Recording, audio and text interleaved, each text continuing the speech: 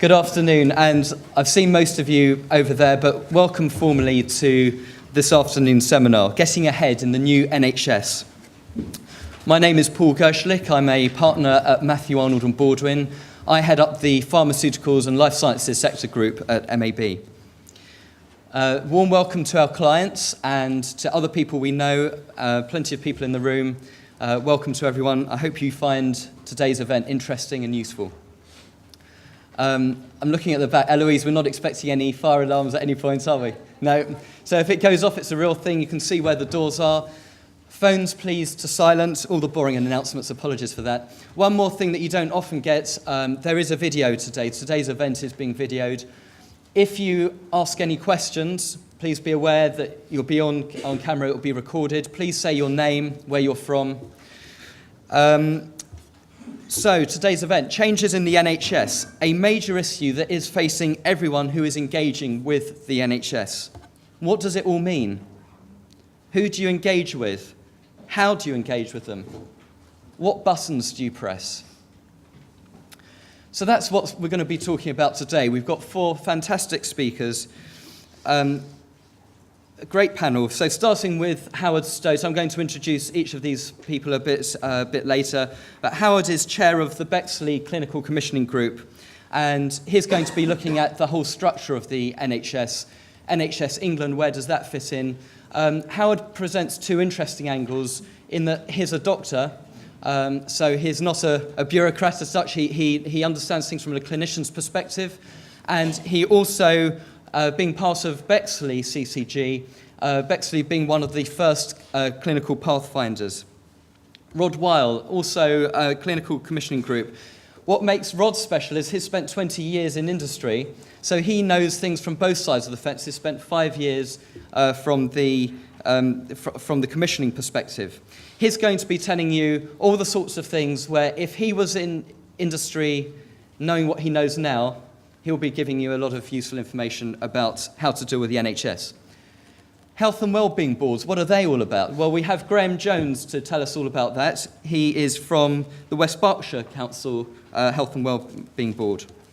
And I'm delighted to say that Karen Livingston has joined us, a late addition about 2 or 3 weeks ago. She's managed to rejuggle her diary, and I'm very grateful to Karen for that. If you haven't heard about academic health science networks, then you will have done by the end of today.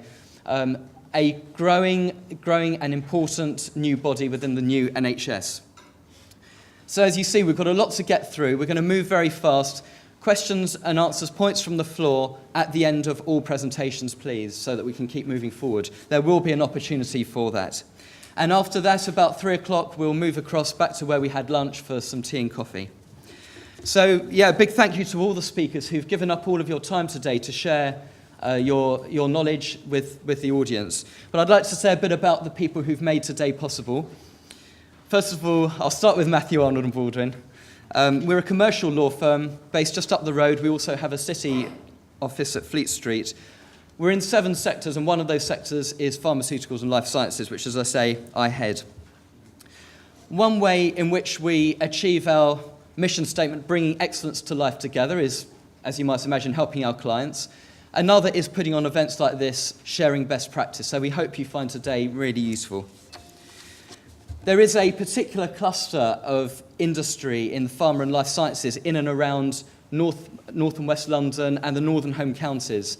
And we've set up a group called PING, the Pharmaceutical Industry Network Group. And we did that because of this cluster to increase the discussions between the people involved in this sector in and around this area. We did that with the Watford Chamber of Commerce and Watford Council. In fact, Sanjay is sitting here today, and Sanjay, I did this with Sanjay, who's now moved on, and Tara Clark is here from the Watford Chamber, and it's a great partnership, a really good example for how private sector and public sector can work together. I'd like to thank the Watford Chamber of Commerce and Watford Council for their help in PING and also financial support for today. I know Watford is very committed to developing the sector with the exciting £1.5 billion Watford Health Campus that's coming up in the next few years. I'd also like to thank the support from the county, from the Hertfordshire Local Enterprise Partnership. Paul Whitcomb, thank you very much. Not just for financial support for today, but also for other support as well. The LEP is a business-led organisation aiming to make Hertfordshire the ideal environment for business to flourish. It's creating an in-depth strategic plan for growth out of a 20-year vision, a 10-year strategy, and a 5-year detailed strategic growth plan. Very committed to this sector, as we have seen today. Hertfordshire sits in the middle of the golden triangle between London, Oxford and Cambridge, and I know that the LEP is very committed to that, so thank you very much. There's more about all of these in your packs, and in fact the LEP's going through a consultation at the moment. We'd be delighted to hear your thoughts on the future strategy. The Independent Pharmacy Federation, I'd like to thank Claire Ward, who unfortunately can't be with us today. She has helped with, certainly in terms of Graham being here. The independent pharmacists are under a lot of pressure. Claire Ward works really hard at helping the independent pharmacists in very tough and challenging times.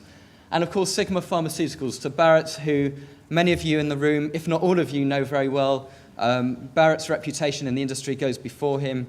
Very, very well respected, and it's been an absolute delight to put on this seminar, as we did last year with you, Barrett. Thank you very much to all the supporters. Barrett.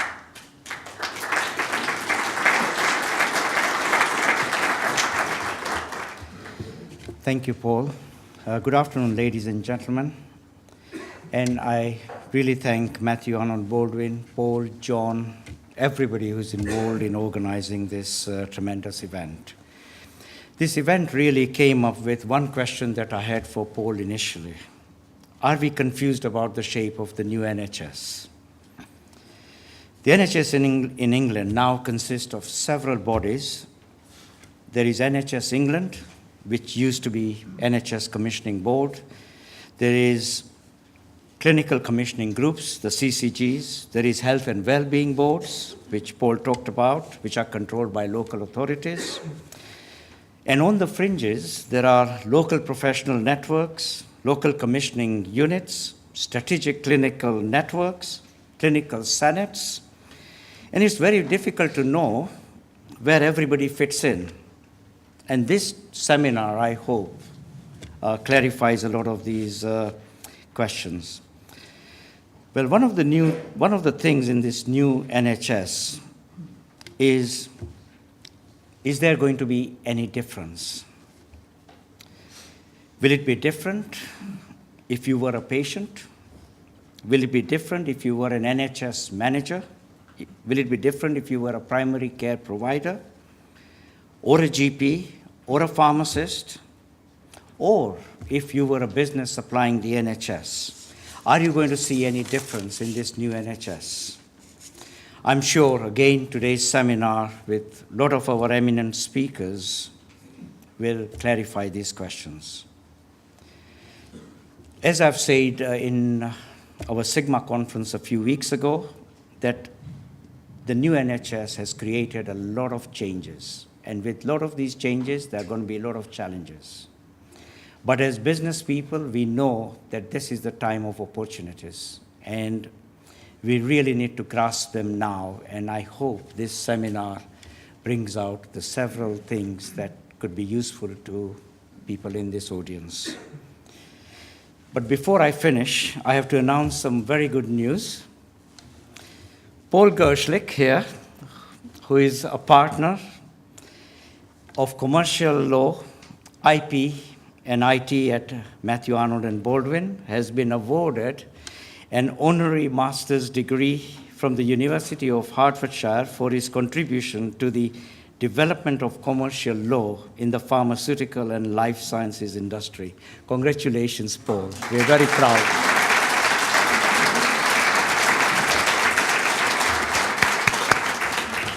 Thank you. Thank you, everybody. Thank you very much, Barrett. It's very kind of you. And as you know, as chair, I have control of the microphone, which means that I am entitled to embarrass Barrett as well, of course, to say I'm in great company because, of course, Barrett, you received your honorary degree from Bath 2 years ago. So, yeah, very well deserved. To Barrett Sharp, everyone. Okay, I'm also delighted to tell you that We have an additional very short speaker, and I'm really pleased that Richard Harrington, our Watford MP, could be with us today. He's very keen to support any business initiative, and I know he's very keen to say hello to you all. He's had special dispensation from the Whip's office, so Richard Harrington, please say a couple of words. Thank you very much. Thank you very much. Well, thank you, Paul. Well, good afternoon, ladies and gentlemen. It's very difficult for commercial organisations, even Matthew Arnold and Baldwin, to get sort of top-weight political speakers. I mean, to get David Cameron, for example, Paul, it's at least 2 years. If you want William Hague, it's a year. George Osborne, a year. So I wasn't surprised when he gave me a call yesterday morning. But it's a pleasure to be here. It's a pleasure because of my association with the firm, which is very close to my heart and my wallet on certain occasions. And with anything, the serious point is, secondly, with anything that helps bring business to Watford. And MAB are major champions of Watford. And I think for all of us, the pharmaceutical industry and the hub that you have helped weld together is becoming an increasingly significant magnet for people. We've always been very grateful to have our employers such as Sigma Pharmaceuticals, who are very well-known large employers, and we've had absolutely excellent niche players such as Terry Sullivan, who's over here somewhere, who I visited. But we're getting more and more people involved in Watford as an area, and it's largely because of the glue that your firm provides. But from my point of view, ladies and gentlemen, I was allowed just an hour to speak to you, so obviously I've got to limit my comments. But I really would just like to make one point, and that is, I've only been doing this job for 3 years. I was in business for 25 years prior to that, and I wasn't sure what help I could actually give to business in Watford as an MP. No one actually teaches you this sort of thing. You have to learn it from the hoof. I mean, we all know about visiting companies, opening factories, shaking hands. It's like kissing babies. We all know about it. But I began to realise quite quickly that as a Member of Parliament, I wish Claire Ward, my illustrious predecessor, were here, because I think she would agree with me. In fact, we agree on most things. It's depressing, really, but it's the modern political scene. But you learn very quickly you have absolutely no power.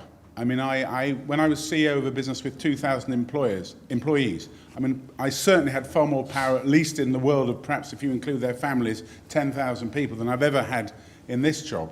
But what you do have, and this is where the business bit comes in, you learn quite quickly that you have access to the people that do make the decision.